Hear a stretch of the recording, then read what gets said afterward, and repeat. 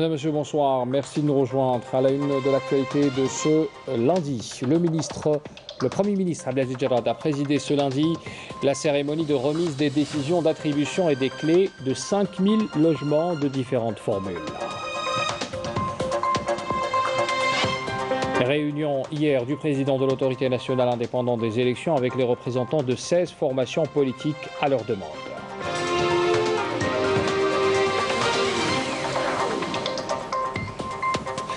Puis on parle également ce soir de ce regain de tension à El-Quds occupé avec une nouvelle incursion des forces d'occupation israéliennes au niveau de Masjid al-Aqsa, une agression caractérisée qui n'a pas manqué de soulever un tollé au niveau international, à l'instar de l'Algérie.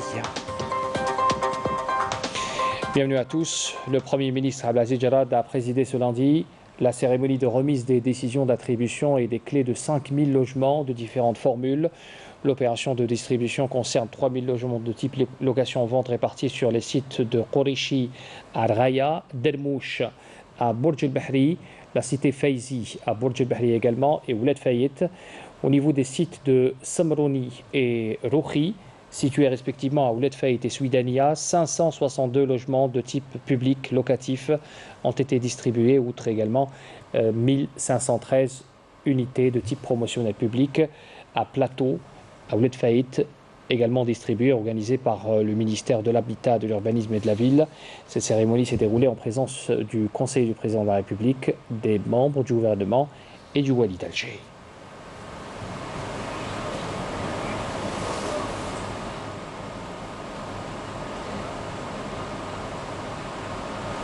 Abdelaziz Jarrad a affirmé que la livraison des logements aux citoyens est un devoir national envers tous les Algériens et Algériennes. Il souligne que cette opération est l'une des positions honorables du président de la République. On l'écoute. كما لاحظتم اليوم كان توزيع نتاع 5000 سكن.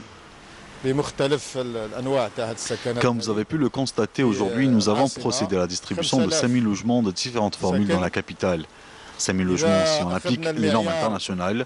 Un logement pour 5 personnes, donc 5 fois 5000, nous permettront d'héberger 25 000 souscripteurs. Je tiens également à remercier toute personne ayant contribué dans la réalisation de ce projet.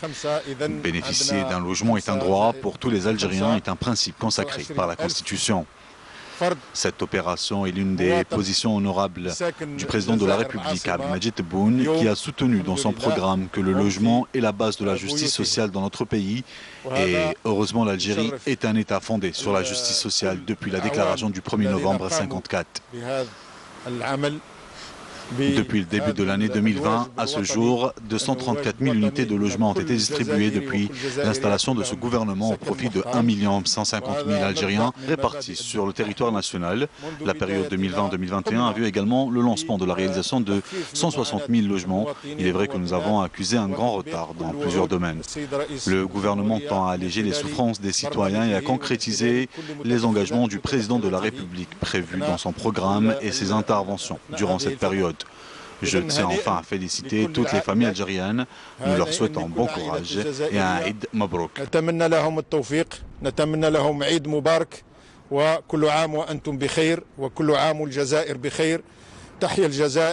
المجد والخلود لشهداء الأبرار والسلام عليكم ورحمة الله تعالى وبركاته. Le Premier ministre avait inspecté ces logements concernés par la distribution ainsi que les structures environnantes et les aires de jeu. Il avait souligné la nécessité d'utiliser les matières premières locales et surtout favoriser les énergies renouvelables pour alimenter les habitations futures. Et je vous invite à écouter la déclaration de certains bénéficiaires de cette grosse opération de distribution de logements qu'a connu Alger ce lundi. Cela fait 20 ans que j'ai déposé mon dossier pour bénéficier d'un logement. Et après 5 ans de location, je suis enfin propriétaire.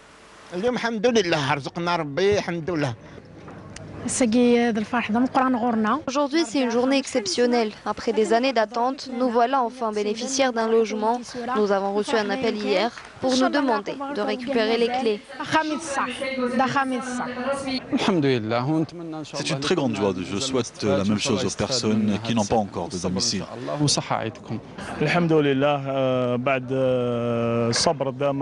Attendu pendant plus de 5 ans. Et aujourd'hui, c'est enfin le grand jour qui coïncide avec le mois de Ramadan et à quelques jours de l'Aïd.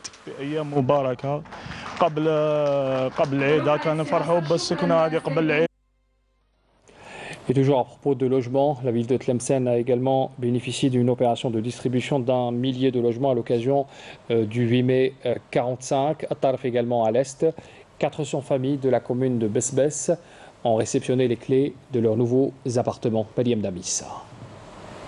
100 clés de logement de type AADL ont été attribuées dans la wilaya de Taraf à leurs bénéficiaires après des années d'attente. Les souscripteurs de la commune de Besbes sont soulagés. Après 9 ans d'attente, je suis très heureuse aujourd'hui d'avoir récupéré les clés de mon appartement. Après de longues années de souffrance, j'ai enfin bénéficié aujourd'hui d'un logement. Et à cette occasion, je voudrais remercier les autorités concernées. 1200 logements vont être distribués prochainement. Et d'ici la fin de l'année, nous allons distribuer au total 1600 logements. Dans la wilaya de Tlemcen, ce sont plus de 1000 logements de diverses formules qui ont été distribués à travers la wilaya. Alhamdulillah, aujourd'hui j'ai récupéré les clés de mon appartement. Nous avons distribué 1100 logements, tout type confondus, à savoir 223 logements promotionnels publics, 183 logements location-vente et 84 logements promotionnels aidés. La distribution de ces quotas s'inscrit dans le cadre du programme établi par la wilaya. Il faut savoir que 8000 logements, tout type confondus, vont être distribués d'ici la fin de l'année. Par la même occasion, il a été procédé à la mise en service du réseau de gaz de ville au profit de 200 familles dans la daïra de Rezawet. Le ministre de l'Intérieur, des collectivités locales et de l'aménagement du territoire, Kamel Beljoud, a entamé ce lundi une visite de travail de 2 jours au Portugal pour participer à une conférence ministérielle de haut niveau sur la gestion des flux migratoires à Lisbonne. La conférence est organisée en présence des ministres de l'Intérieur des pays d'Europe, d'Afrique du Nord et du Moyen-Orient. La rencontre se penchera sur l'examen des voies et moyens de partenariat et de coordination pour une meilleure maîtrise de l'immigration clandestine. Réunion hier de Mohamed Charfi, président de l'autorité nationale indépendante des élections, avec les représentants de 16 formations politiques à leur demande. La réunion a été consacrée à l'examen de motifs de rejet de certains noms de leur liste dans plusieurs wilayas au titre des législatives prochaines du 12 juin. La rencontre a été aussi consacrée à l'examen des préparatifs pour le prochain scrutin. Yanis Aïd Belkacem, couverture. Tenu à huis clos et après quelques heures de concertation avec le premier responsable de l'instance des élections, les 16 formations politiques présentes ont exposé leurs préoccupations et discuté des motifs invoqués dans les notifications de rejet de certains noms des listes présentées dans plusieurs wilayas. M. Charfi a tenu à clarifier par souci de transparence les cas soulevés par les partis et à apporter toutes les précisions concernant le travail de l'ANI pour la validation des listes de candidature. Le président de l'autorité nationale indépendante des élections, Mohamed Charfi, a annoncé qu'au total, 1483 listes ont été validées, 646 listes présentées au titre d'un parti politique et 837 listes indépendantes. Concernant les dossiers rejetés définitivement, ils sont au nombre de 297 listes. Lors de cette rencontre, il a aussi été question d'éliminer tout obstacle pouvant entraver les préparatifs des prochaines élections à travers l'installation d'une nouvelle cellule de coordination entre l'autorité et les partis politiques. Il a été décidé de mettre sur pied une structure de coordination permanente jusqu'au 12 juin. Ensuite, après le 12 juin, on verra comment pérenniser de façon permanente cette relation entre la classe politique et l'autorité indépendante des élections dans l'intérêt de l'organisation de scrutin transparent, impartial et intègre. Une plateforme qui a pour but de préparer au mieux les législatives du 12 juin prochain dans un climat de confiance et de transparence. L'actualité à l'étranger, marquée par ce regain de tension ce matin à El-Quds, occupé avec une nouvelle incursion des forces d'occupation israéliennes au niveau de Masjid al-Aqsa, une agression caractérisée qui n'a pas manqué de soulever un tollé international. On fait le point avec Sarah Derbel.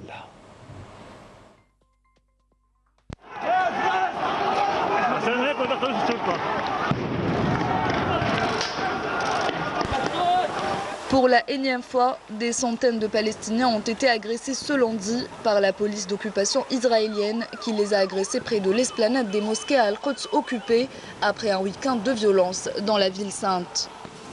Et à la veille de ces agressions, au moins 10 fidèles palestiniens ont été blessés par la police d'occupation israélienne qui les a attaqués à leur sortie de la mosquée Al-Aqsa. La reprise des violences israéliennes a coïncidé avec la journée d'Al-Quds. Au moins 14 personnes ont été blessées par les forces d'occupation israéliennes dans le quartier de Sheikh al-Jarrah. La communauté internationale dans l'Algérie condamne dans les termes les plus sévères les attaques racistes et extrémistes enregistrées dans la ville occupée d'Al-Quds contre des civils palestiniens et leur privation de la liberté de culte dans la mosquée d'Al-Aqsa.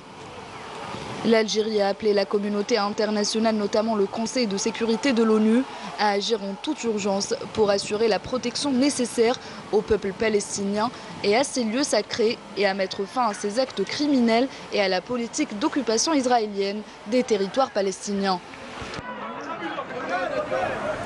Sachez que le ministre des Affaires étrangères, Sabri Boukadoum, a eu des entretiens avec le secrétaire général de la Ligue arabe, Ahmed Aboulghait, en prévision de la session urgente de la Ligue arabe qui sera consacrée justement aux moyens de contrer les crimes de la colonisation d'Al-Quds occupée. Durant cet entretien, Boukadoum avait insisté sur la nécessité de manifester cet esprit de solidarité arabe et musulman pour soutenir les Palestiniens et surtout protéger la mosquée d'Al-Aqsa. Toujours dans l'actualité à l'étranger, sachez que les forces d'occupation marocaines ont enlevé et torturé un militant sahraoui. Il s'appelle Hassan Dalil. Il est membre de l'initiative sahraoui contre l'occupation, l'ISACOM, et de l'ONG Protection de l'environnement au Sahara occidental. C'est ce qu'indique ce lundi l'organisation. Le militant sahraoui a été expulsé de force de son domicile, plutôt du domicile de l'activiste et ancienne détenue politique Hassan Adwihi, et transféré à la direction de la sécurité de l'occupation marocaine, où il a été soumis à des tortures psychologiques et physiques, a précisé encore l'ISACOM, soulignant que la raison de son arrestation était peut-être pour avoir hissé le drapeau national de la Rast sur le toit de son domicile. On parle de l'actualité de ce mois de Ramadan à quelques jours de l'Aïd al-Fitr. La solidarité se poursuit, notamment à Toulouse en France, dans ce restaurant qui est tenu par des Algériens à l'Escale, qui ouvre ses portes pendant ce mois de Ramadan depuis le premier jour pour offrir pas moins de 500 repas de l'iftar au quotidien offerts par ce restaurant aux plus démunis. Des livraisons à domicile sont également proposées. La correspondance de Afab Belouchat. Depuis le début du mois de Ramadan, et contrairement à la majorité des restaurants en France, les cuisines de l'Escale n'ont pas des amplis. Et pour cause, ses propriétaires, un couple d'Algériens, l'ont mis à disposition d'un collectif d'associations et de professionnels. L'idée est de distribuer des menus variés aux plus démunis. Vous avez des étudiants, vous avez des professionnels de plusieurs différents métiers, la plupart cuisiniers, vous avez des boulangers. Et vous avez des bénévoles qui sont étudiants et aussi qui viennent nous aider, donner un coup de main quotidiennement, c'est tous les jours. De toujours avancer avec l'intelligence du cœur, c'est une chose super importante pour nous. Et la demande ne cesse d'accroître. Nous avons commencé avec 200 repas par jour et puis nous sommes arrivés très vite à 400, 500, 600 repas maintenant. Nous faisons même les livraisons à domicile pour ceux qui ne peuvent pas se déplacer, les personnes malades. Et on gère 3 foyers. Et on a quelques familles dans le besoin, on a des livreurs qui livrent, on a 4-7 familles tous les jours. Plus loin, dans la rue de la Fourrette, située dans l'un des quartiers les plus populaires de la ville rose, l'opération Iftar Box bat son plein. Mohamed Miguini. Aïwa. Bismillah. بارك الله فيكم الله يجعل فترة مقبولة وتوصل المولى ان شاء الله امين بارك الله فيكم يخلي لنا الصحة قد العمر ويزين لهم الايام تاعهم ان شاء الله وربي يفرحهم. L'Iftar Box est l'initiative de la mosquée Ar-Rahma, l'une des plus anciennes de la ville. Une opération montée pour la 2e année consécutive grâce à la mobilisation des fidèles. Et un honneur de servir nos frères de la communauté musulmane. Et on essaye de faire des bons repas grâce à Cheikh, notre doyen. L'icône, c'est lui, l'imam de la mosquée. Depuis 3 décennies, il tient ce lieu de culte qui accueille près d'1 millier de pratiquants par jour pour y accomplir les 5 prières.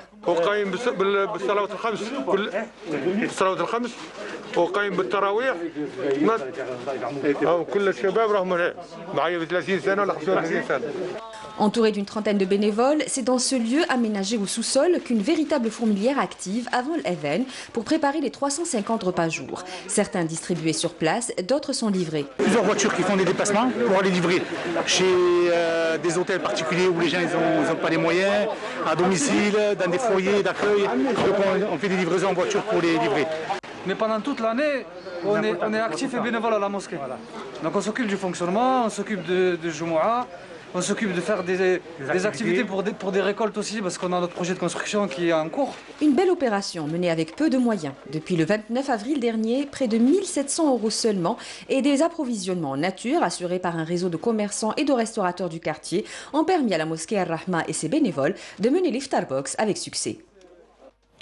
Le bilan de la Covid-19 en Algérie, il reste en dessous de la barre des 200, 184 nouveaux cas confirmés de coronavirus, 134 guérisons, 7 décès ont été enregistrés durant ces dernières 24 heures selon le ministère de la Santé. Le mois du patrimoine, on le célèbre en ce moment, l'occasion pour nous ce soir de parler d'un patrimoine jalousement gardé par les Algériens. Il s'agit de la musique andalouse. Des pôles existent de par le pays pour perpétuer ce genre musical classique. On vous emmène ce soir à Koléa. C'est une ville qui s'est démarquée par des générations de musiciens qui perpétuent cette musique. Il y a l'école Al-Gharnatiya, mais aussi l'association Al-Fenn Al-Asil que Sihem Knouch a visité pour nous. Reportage.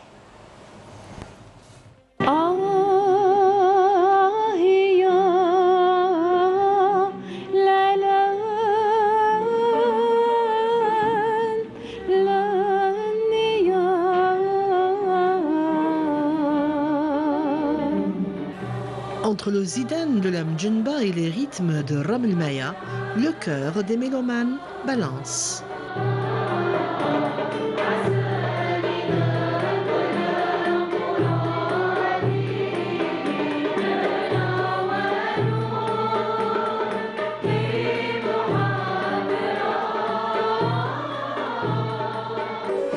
Du Ptayhi jusqu'au Khlas en passant par les différents darj, ou du Roubi avec les différentes clabettes que la classe supérieure de l'association Al-Fenn Al-Asil de Koléa interprète avec classe. La musique classique algérienne connaît une bonne relève.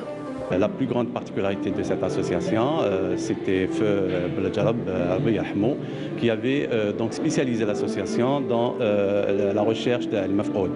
Donc tout ce qui est Qasaïd Maf'ouda, c'était vraiment une spécialité. Donc les gens, d'ailleurs l'association avait reçu des prix par rapport à l'utilisation de ce patrimoine. Les musiciens d'Al-Fenn Al-Asil tiennent toujours à rendre hommage à leur maître Brahim Beljarab, qui a consacré 36 ans de sa vie à la musique andalouse. Son mentor à lui n'était autre que le grand maître Ahmed Serri. Le maître Brahim Beljarab, c'était parmi les chercheurs dans la musique andalouse. Il s'est consacré sur la partie d'Al-Jad, qui est partie mfqouda. Il a fait des recherches, عندنا بزاف المفقود. chaque fois, chaque année, نخدموا sur une nouba qui كانت مفقودة، نسينا نعاودوا نحيوها باش نحافظوا على التراث تاعنا اللي خولوه لنا جدودنا.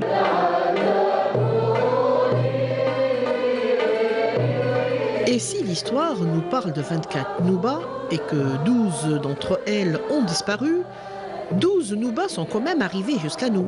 Elles se transmettent de génération en génération.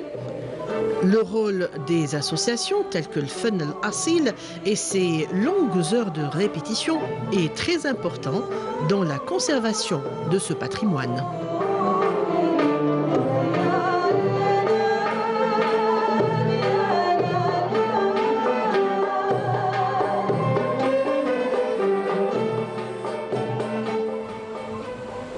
Et c'est la fin de ce journal. Merci de l'avoir suivi. Je vous souhaite une excellente soirée. Je vous souhaite également un Sahar Tokum et à demain.